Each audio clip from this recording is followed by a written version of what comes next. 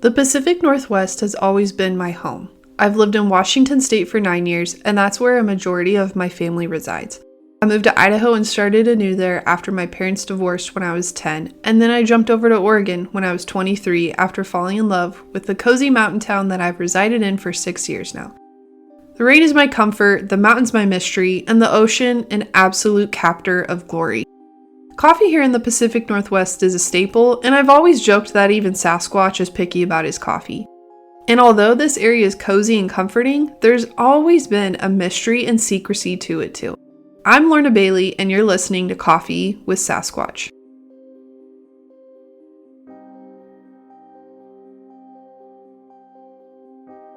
I wanted to include a trigger warning for this episode for depression and suicide.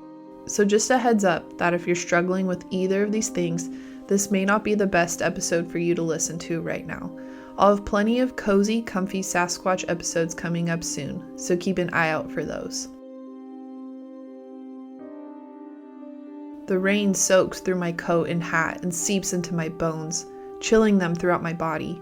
The wind blows harshly across my face, freezing the tip of my nose, my cheeks and my ears as I trudge along in the sand along the coast. My shoes sink slowly but deeply into the muddy and moving sand as the strong smell of the sea overwhelms my senses. I look out to the left, watching as the waves roll along in the storm and crash onto the cliffs. I've got to get back to the lighthouse before the darkness hits and even more clouds roll through. The fog makes it impossible to see just how far I have before I see home. It's been said that smooth seas don't make skilled sailors, and that can absolutely be said when it comes to the Pacific Northwest coast, or otherwise known as the Graveyard of the Pacific. It begins at the tip of the Oregon coast and stretches all the way up to Cape Scott Provincial Park in Canada. Amidst this portion of the west coast, over 2,000 ships have been claimed by the sea, most never to be found again. In the middle of this portion of the sea stands Cape Disappointment, smack dab in the middle of this rough stretch of waves off the Washington coast. 200 ships alone have been lost here in Cape Disappointment. It was 1788 and the international fur trade was booming. British fur trader John Meares had begun a journey along the west coast of North America, beginning from Nootka Island, Canada, in search of beaver and otter furs. He was following a map and journal that had been created by Spanish explorer Bruno Heceta. Bruno had been exploring along the coast previously, but his crew had unfortunately begun suffering from an outbreak of scurvy, causing him to have to move along. As John Meares sailed along the coast, he came upon the area that Bruno had marked as a potential river. Confused, John Meares mistook the muddy river as a bay and kept moving along on his journey. He later on named the so-thought bay Cape Disappointment. Interestingly enough, this would be a common mistake made amongst many who would sail by the area even today. As the high tide cycles through, water begins to flow not out to the ocean, but back into the river, giving it the illusion of being a bay and not the mouth of what is now known as the Columbia River. This constant cycle, along with unpredictable currents, caused sand and silt to pile up at the mouth of the river, creating the infamous Columbia Sandbar, a monster that few ships have been able to conquer. Stretching 6 miles wide and 3 miles long, it truly doesn't matter what modern advances, equipment, protective jetties, or periodic dredging we have. Veteran sailors and maritime workers alike all still respect this area of the West Coast, knowing the many tragedies that have occurred here.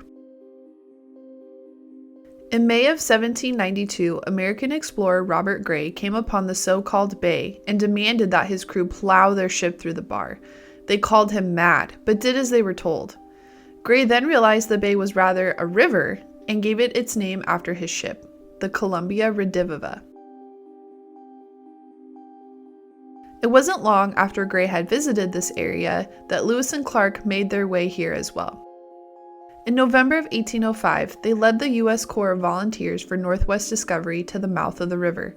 Clark wrote in his journal, "Great joy in camp, we are in view of the ocean, this great Pacific Ocean, which we've been so long anxious to see."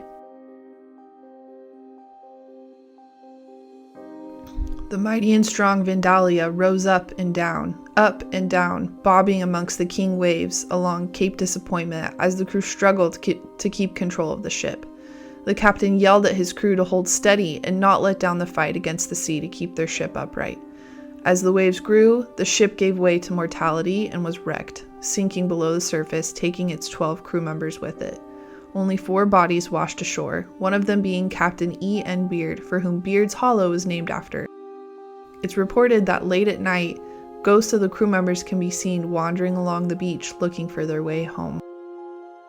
During extremely low tides, what's left of several shipwrecks can be seen in Cape Disappointment, cemented into the ground until the ocean will finally batter the remnants away. These shipwrecks include the 1909 Alice shipwreck, the 1930 Admiral Benson shipwreck, and the 1976 Betty M shipwreck. Because of the extreme winds, high tides, and ever-present fog of Cape Disappointment, 2 lighthouses were built merely 2 miles apart from each other. The first was the Cape Disappointment Light Station, established in 1856, marking the beginning of the river. And because lots of maritime workers and sailors had complained that it was too late until they saw that initial lighthouse marking Cape Disappointment, they then later on built North Head Lighthouse 2 miles before Cape Disappointment Light Station. North Head Lighthouse was put into service in 1898. Of course, before electricity was available in these areas, these lighthouses had to be manned 24/7, with the priority purpose being keeping the flaming light of the lighthouse streaming bright and steady to warn sailors and maritime workers of the shore. Alexander K. Pisonin, who had previously been manning the Tillamook Rock Lighthouse, transferred to man the North Head Lighthouse in 1898, marrying his wife Mary just 2 years later. North Head Lighthouse to this day is marked as the second windiest lighthouse on the continental U.S. In 1923, Alexander had increasing concerns about his wife's health and took her to a doctor in Portland, only for her to be diagnosed with severe melancholia, or what is now known today as severe depression. The next morning, Mary arose and went for a walk with her dog Jerry. After Jerry returned to the lighthouse but Mary did not, Alexander called upon a search party to find her. The party followed Jerry to a spot that was underneath a fire control station beneath the lighthouse and found her coat, and then sadly seeing Mary's body below. The second assistant keeper risked his own life to retrieve her from the base of the cliff before she could be washed out to the sea. She had written in a letter the night before her death, "I see where I have been wrong in a great many ways, but please God, I will try and change and do better. I'm even going to try and do without my medicine and just pray I'll get better and better." Life as a lighthouse keeper can be romanticized and nostalgic, but because of the rural and extreme conditions of it, it could be considered that the lack of sunlight and extreme weather could have contributed to Mary's death. Since then, her ghost has been reported to be seen among the lighthouse itself and the house where her and her husband resided. Cape Disappointment holds a varying degree of events for the Pacific Northwest, both eerie and tragic.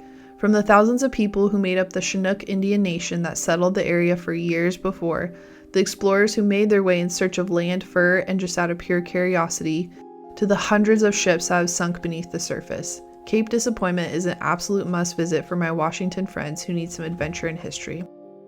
I'll leave you with this. It's a quote from one of my favorite movies, the 2019 film, The Lighthouse.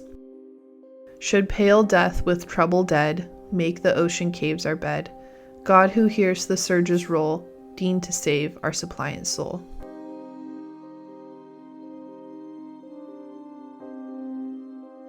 Thanks for hanging out with me and listening to Coffee with Sasquatch. This show is a labor of love, and I would really appreciate it if you took a moment to leave a review, subscribe to the show, and share it with your friends and family who might also enjoy some of the mystery that lies in the Pacific Northwest. Got a story that you want to share that's happened in either Washington, Oregon, or Idaho that you think would be a good fit for the show? Email me at coffeewithsasquatchpod@gmail.com and share your story with me. You don't have to be named and you can be anonymous. Thanks for listening.